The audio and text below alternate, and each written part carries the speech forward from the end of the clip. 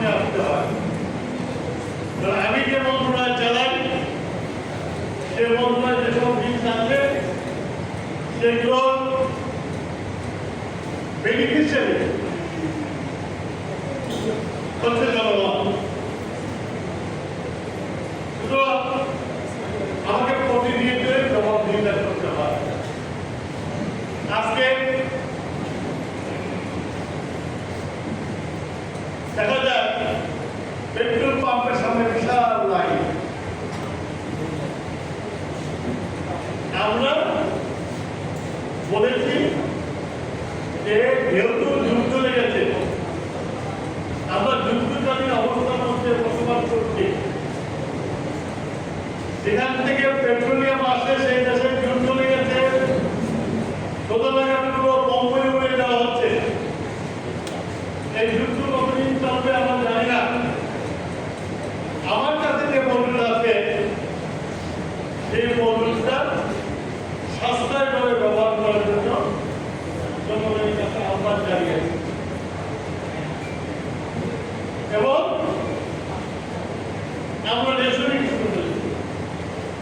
আমরা কেউ জানি না যুদ্ধ কবে শেষ হবে, সেজন্য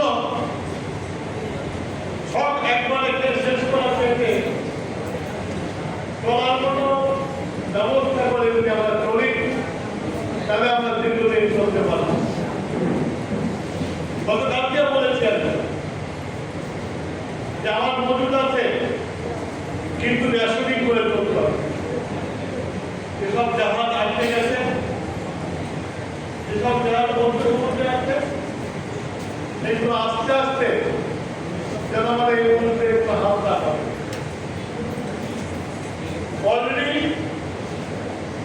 আজকে দুপুর 11টায় একটা জাহাজ নম্বর নিয়েছে এবং আরেকটা জাহাজ 2টোর সময় নির্মূল নম্বর নেওয়ার কথা। তাহলে এই দুইটা জাহাজ এসে তেল ডেলিভারি করার পরে আমার মজুদটা আরো বাড়বে। কিন্তু এর অর্থ এই না যে আমরা জানতে চাইবে আমরা রেশনিং আমরা চালিয়ে যাব।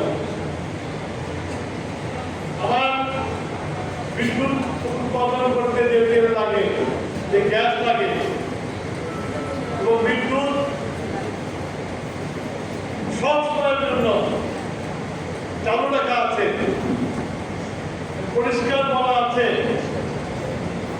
ইফতারির টাইম, তারাবির টাইম, সেহরির টাইম, এই 3 টাইমে কোনো রকম লোডশেডিং হবে না। আল্লাহ রহমতে আমরা 20 দিনের ক্ষমতা এসেছি, একটা বঙ্কুর অবস্থা জেলা পেয়েছি ৭৬,০০০ কোটি টাকা বকেয়া। সেই